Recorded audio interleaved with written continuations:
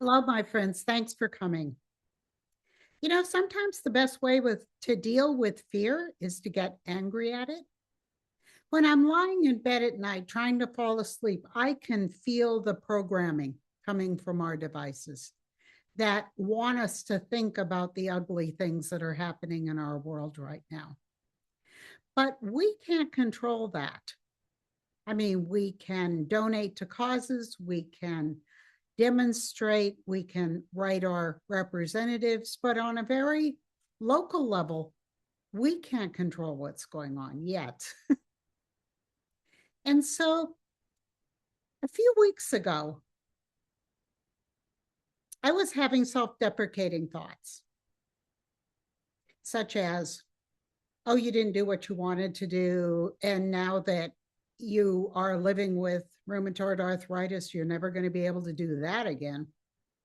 Or um, I can't keep up with things the way I used to. And I can beat myself up about the condition maybe of my bathroom. you know, self self denigrating thoughts, self deprecating thoughts. Well, this is what we really need to get angry at, because one day I just said to these negative thoughts, I am so over you. I am so done with you.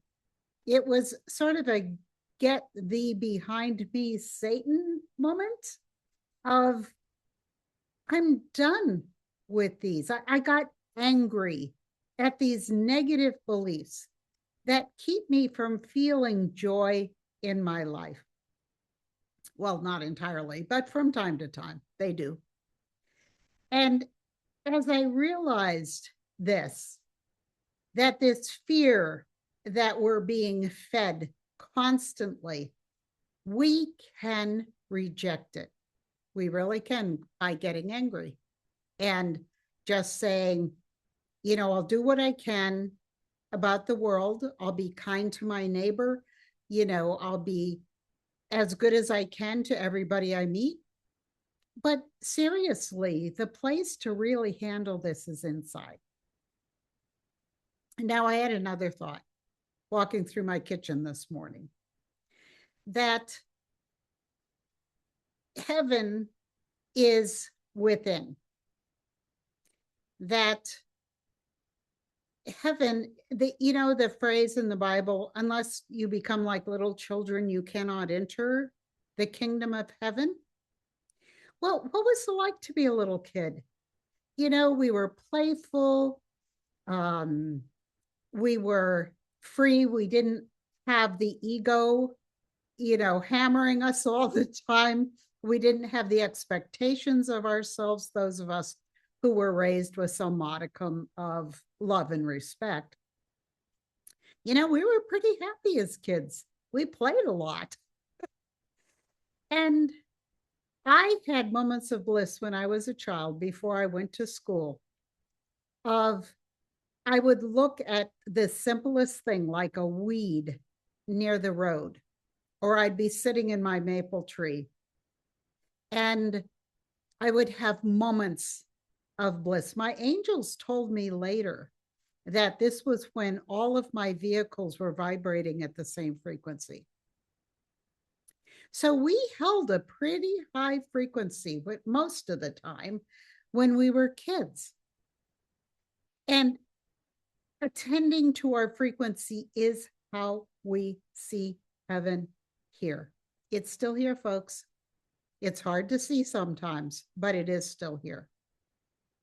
So, what I really want to summarize today is how we keep ourselves from seeing heaven. I can get lost in the beauty of a plant's leaf or these little flowers that are on my wandering Jew. I mean, and I kiss my plants all the time and talk to them. And my chickens are hilarious. I mean, they always bring me joy. I think they're the funniest creatures that live. I feed wild birds. The birds call to me and I whistle back as much as I can. These are moments of heaven. And we have to think that we can still experience heaven from time to time. And if we practice this, it is very childlike. It is a very childlike feeling. And we can be silly and whimsical and foolish in our everyday lives. We can become like children again. I do it mostly in nature because that's where I've always connected to.